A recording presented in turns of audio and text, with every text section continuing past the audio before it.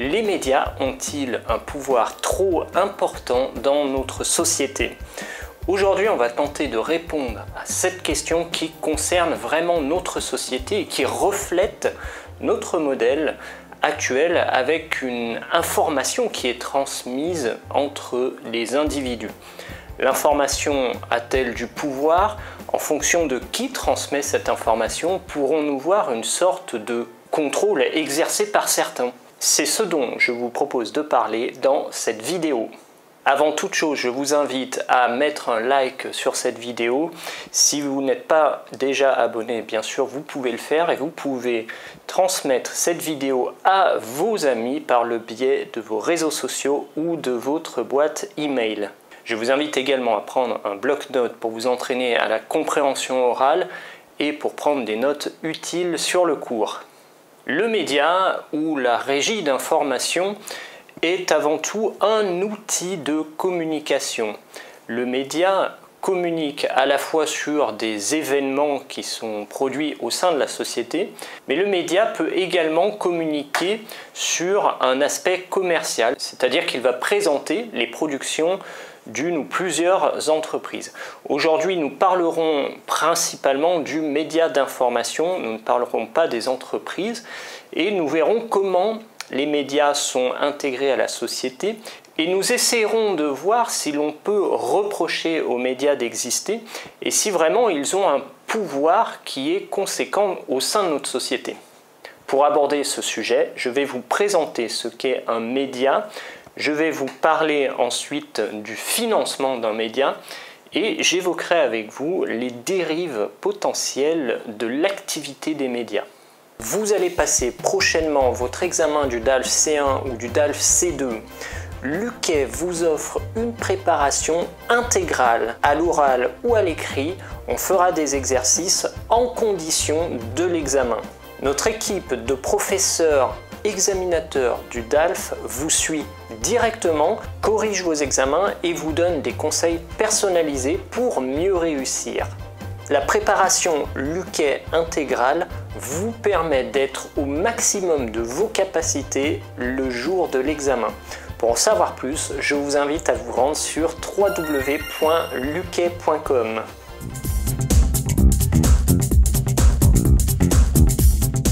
Comme on l'a dit dans l'introduction de ce cours, le média est un outil de communication.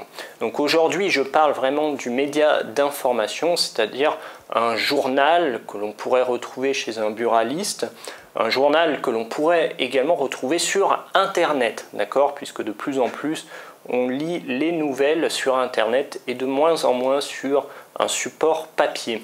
Le média nous permet de connaître les événements qui ne se déroulent pas juste à côté de nous. Si j'habite à Paris, je peux savoir qu'il y a eu un accident de voiture à Marseille. Je peux également connaître les événements culturels qui se déroulent dans ma ville ou dans d'autres villes. Le média a ce rôle vraiment d'information des événements, qu'ils soient heureux ou tragiques, qui se déroulent au sein de notre société.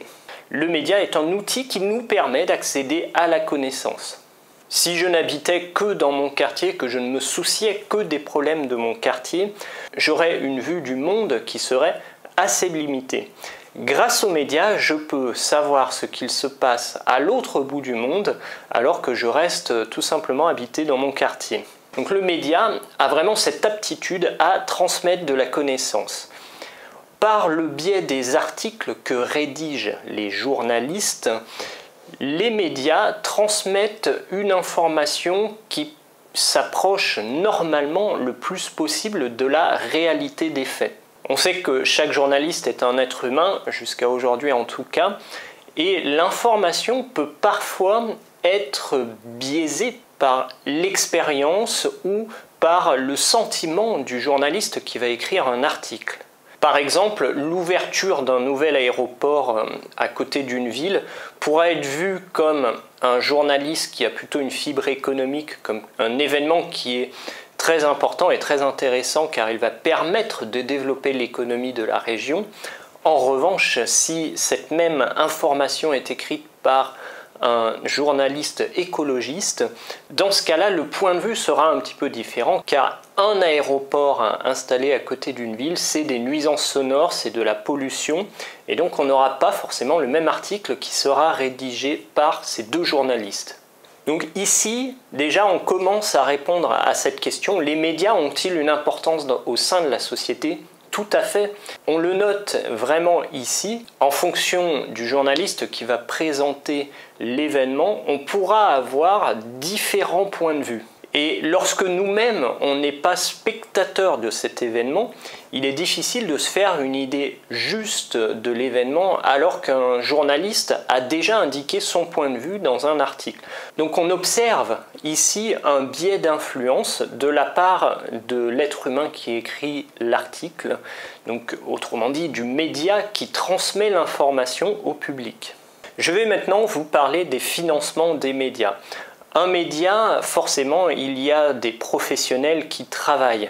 On va avoir des journalistes, on va avoir des chefs de rédaction, on va avoir des responsables de marketing, par exemple. Et toute cette équipe médiatique au sein de la régie d'un journal donné a besoin d'un financement, on a besoin de payer des salaires. Et pour cela, le média peut se financer de différentes manières. La première, si c'est un média public, le média est entièrement financé par l'État, autrement dit par un impôt ou par une taxe. En France, il s'agit principalement de la redevance télévisuelle pour financer les médias du service public. Mais on peut avoir un financement privé, et c'est d'ailleurs la plus grande source de revenus des médias, c'est-à-dire que ce sont des investisseurs, des entreprises qui investissent dans les médias, soit en donnant du capital, soit en achetant des espaces publicitaires au sein du média. Donc pour le moment, on n'est pas là à juger de est-ce que c'est bien, est-ce que c'est pas bien, est-ce qu'il faut un financement public ou privé. Je vous informe seulement des possibilités de financement d'un média. Il faut savoir que la plupart des médias en France, en tout cas, ce n'est peut-être pas le cas dans d'autres pays, mais en France, la plupart des médias sont des médias avec des financements privés. Il faut savoir qu'une entreprise aura un intérêt à investir dans un média en fonction de son audience. C'est-à-dire que plus il y a de personnes qui lisent les articles de ces médias, ou plus il y a de personnes qui regardent les reportages de ce média, de cette chaîne télé par exemple, plus les investisseurs vont être intéressés car ils auront une plus grande visibilité vers le public. Pour faire très simple, une chaîne de télé qui accumule 1 million de spectateurs est 2 fois moins importante qu'une chaîne de télé qui a 2 millions de spectateurs. Forcément, les entreprises qui veulent communiquer auprès d'un public vont être plus intéressées par la grosse chaîne et donc vont être prêtes à dépenser un peu plus d'argent pour pouvoir apparaître dans les espaces publicitaires de cette chaîne. Maintenant, lorsqu'on regarde comment les téléspectateurs ou comment les lecteurs choisissent les médias, c'est bien souvent parce que le titre est accrocheur. Autrement dit, lorsqu'un média fait les gros titres, lorsqu'on a un titre qui est intéressant, qui soulève la curiosité, ou une description d'une émission télé qui nous intéresse, on va aller regarder cette émission, on va aller lire l'article en question. Donc plus le titre sera accrocheur, plus on aura l'envie de découvrir la suite. Un média qui proposerait des articles avec des titres très neutres ou avec des descriptions complètement objectives et qui ne pique pas la curiosité du lecteur ou du téléspectateur n'obtiendrait qu'une audience très faible. C'est pour ça que les médias sont obligés de retravailler les titres pour faire quelque chose qui amène le lecteur à vouloir lire l'article ou qui amène le téléspectateur à regarder l'émission. Donc on le voit bien, les médias sont constamment en recherche de l'audience et sont constamment en recherche de l'attention du public. Car on le voit bien, plus ils auront d'audience, plus ils auront de public, plus les financements seront importants au sein de leur régie. Et ici, c'est presque une question de survie. Si les investisseurs ne veulent pas donner leur argent dans les médias, c'est tout simplement parce qu'ils n'ont pas une audience assez forte. Et la dérive potentielle, c'est que les médias cherchent à tout prix à capter l'audience et vont commencer à influencer les informations qu'ils transmettent. Aussi, une information qui pourrait être très simple, le président de la République française s'est rendu aux États-Unis pour rencontrer son homologue Joe Biden, pourrait se transformer en forte tension entre la France et les États-Unis. Ici, on a envie de savoir qu'est-ce qui s'est passé entre la France et les États-Unis. Vous voyez, pour la même information, on peut avoir des titres différents, mais il y a un titre qui va soulever la curiosité et qui va demander la lecture de cet article. Mais l'information ne s'arrête pas qu'au titre. Dans l'article également, on va peut-être pouvoir privilégier des aspects de l'événement ou de l'information qui amènent le lecteur à se poser des questions qu'il ne se serait pas posées avant. On peut influencer d'une certaine manière le lecteur à travers l'article en lui proposant des points de vue qui seraient différents de ce qui est dans la réalité. Ce que je veux vous montrer ici, c'est qu'un média a cette capacité de tourner l'information vers une information qui fasse sensation ou au contraire une information qui soit neutre. Et les médias sont assez habiles à ce jeu pour retenir l'attention des lecteurs ou des téléspectateurs. Si je reprends mon exemple que je vous ai donné avant, l'information d'un nouvel aéroport à côté d'une ville pourra être vue par un écologiste comme quelque chose de catastrophique, alors que ça pourrait être une aubaine pour un journaliste ayant la fibre de l'économiste. Chacun de ces journalistes va proposer son point de vue et a une capacité à modifier l'opinion du lecteur. Et si on va un peu plus loin, si on s'approche de la théorie du complot, on pourrait dire que certains hommes politiques, par le biais des entreprises, par le biais des amis qu'ils peuvent avoir au sein des grandes entreprises, peuvent avoir une influence sur certains médias. En France, même si certains journaux se relèvent de la droite ou de la gauche, on essaye néanmoins d'avoir une information qui soit assez neutre. Et lorsqu'on lit un journal qui est de droite, on peut avoir parfois l'impression qu'il n'est pas complètement de droite et qu'il essaye de donner vraiment un point de vue objectif. Ce n'est pas forcément toujours le cas, mais voilà, dans la majeure partie des cas, on essaye d'avoir un avis, une opinion objective par rapport à la situation. Pour bien maîtriser le français, vous avez besoin de faire des exercices pratiques et vous avez besoin qu'un professeur vous assiste. Je vous propose une série d'exercices pour préparer les examens du DELF B2, du DALF C1 et du DALF C2. Ces exercices sont présents sur www.luquet.com. Le prix varie de 10 à 20 €. Vous pourrez vous entraîner sur l'écrit, sur l'oral et à chaque exercice, c'est vraiment un professeur examinateur du DALF qui vous corrige, qui vous montre vos erreurs, qui vous explique comment ne plus les refaire et qui vous donne des conseils personnalisés pour bien réussir l'examen. Donc pour faire la conclusion, je pense que vous aurez compris au sein de ma démonstration, les médias ont une influence au sein de la société. Ils ont forcément une influence par leurs investisseurs. Même si sur le papier, les médias doivent rester le plus neutre possible, c'est quand même des humains qui écrivent les articles et les humains ont des affinités avec d'autres et vont forcément être influencés par les opinions et les points de vue. Cependant, si on voit que les médias ont une influence certaine et qu'ils peuvent parfois orienter des informations et qu'ils peuvent orienter une opinion publique pour un point de vue, on n'a pourtant pas vraiment le choix de faire autrement. Une société sans médias est une société qui se tire une balle dans le pied. Si un pays donné n'a pas une information à peu près globalisée au sein de ses frontières, il ne pourra pas agir très fortement face aux attaques économiques d'autres pays. Je m'explique.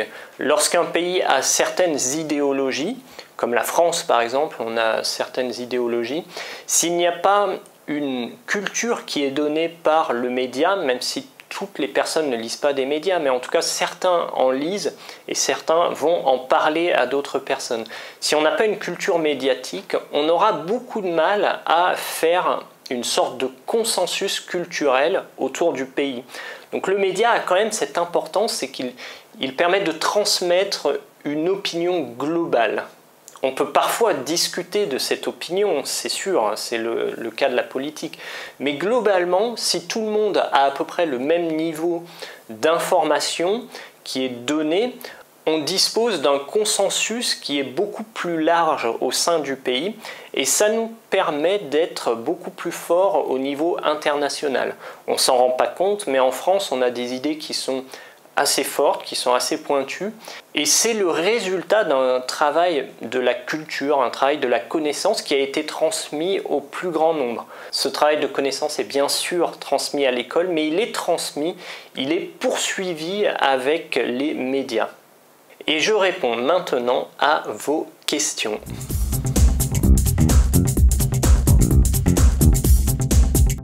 Les États devraient-ils contrôler les médias? Alors, avant d'aborder cette question qui nous amène tout de suite intuitivement l'idée de la Chine qui a un fort contrôle de ses médias, je voudrais quand même vous donner cette distinction qu'il faut faire entre gouvernement et État. L'État, par exemple, de la France, c'est l'ensemble de tous les Français. Au sein de cet État, on a ce qu'on appelle la fonction publique, c'est-à-dire l'ensemble des fonctionnaires qui travaillent pour le pays. En France, on a une fonction publique qui est assez importante, avec beaucoup de fonctionnaires, et qui assure une mécanique dans l'État qui fait qu'on a un service hospitalier qui est relativement performant, on a un système éducatif qui est également assez performant. Donc l'État, c'est l'ensemble de tous les Français pour l'État français. Le gouvernement, en revanche, c'est les personnes qui sont élues, c'est les représentants de cet État. D'accord ? Et lorsqu'on dit qu'un État devrait contrôler ses médias, il faut faire attention à cette distinction. Pour reprendre l'exemple de la Chine, en Chine, ce n'est pas les Chinois qui contrôlent les médias, mais c'est bien le gouvernement, c'est l'appareil politique qui est représentatif de tous les Chinois, qui a la mainmise sur tous les médias. Donner le pouvoir à un État de contrôler ses médias, en réalité, c'est déjà la situation actuelle. Lorsqu'on choisit d'acheter un journal, on donne du pouvoir à ce média. Lorsqu'on choisit d'écouter un média, on donne du pouvoir à ce média. Et finalement, le pouvoir est distribué au sein des auditeurs, au sein de l'audience de chacun des médias. En Chine, c'est exactement la même chose. On peut vraiment choisir d'écouter ou de ne pas écouter un média. Donc le contrôle, il est toujours donné à l'audience de savoir s'il veut s'exposer au point de vue ou à l'opinion d'un certain média ou ne pas s'y exposer et ne pas l'écouter. Mais effectivement, lorsqu'un gouvernement contrôle un média plus ou moins directement, on va avoir un point de vue qui sera forcément favorable au gouvernement, on ne peut pas se le cacher.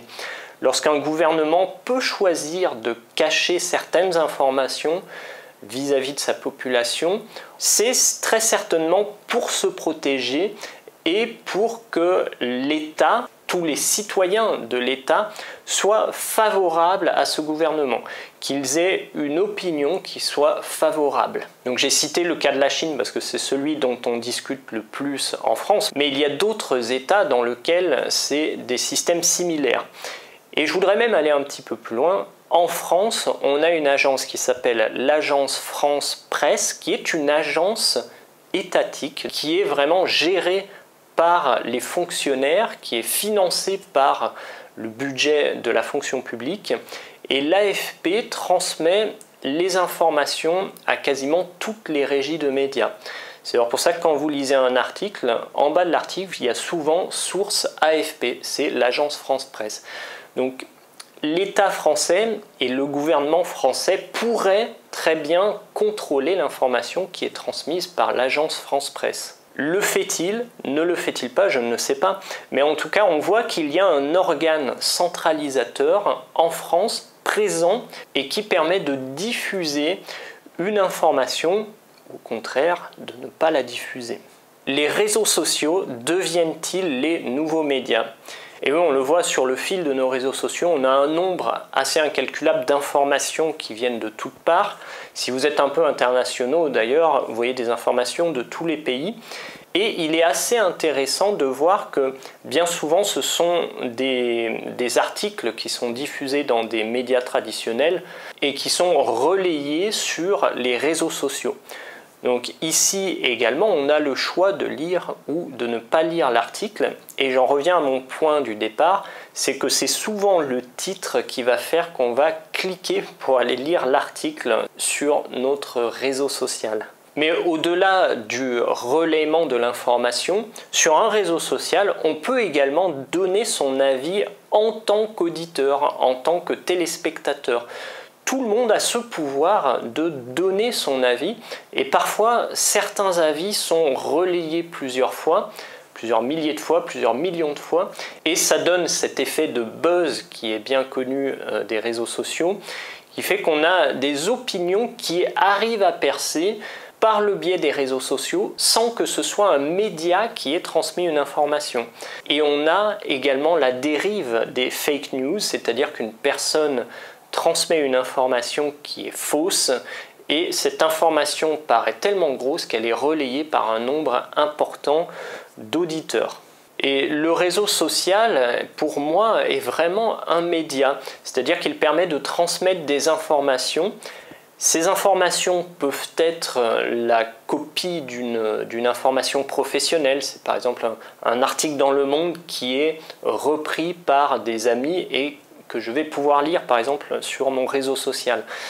Mais ça peut être également des informations qui sont données par des non-professionnels et qui peuvent avoir un écho au sein de la société.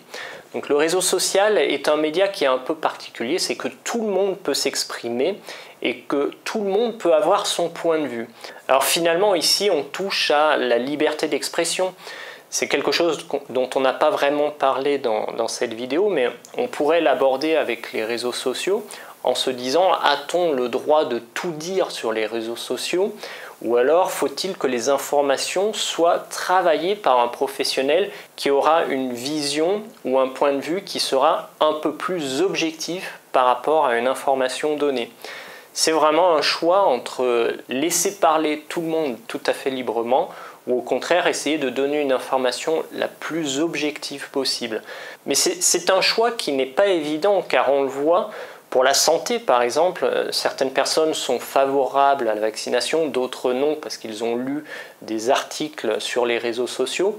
On peut vraiment se poser cette question, y a-t-il une légitimité quelque part à avoir entre une liberté d'expression totale ou au contraire un filtre qui est donné par les professionnels? Et je termine avec ceci et j'espère que vous avez passé un bon moment avec moi. En tout cas, je vous invite bien évidemment à partager cette vidéo sur les réseaux sociaux, à mettre un like et je vous dis à très bientôt dans une prochaine vidéo. Merci à vous.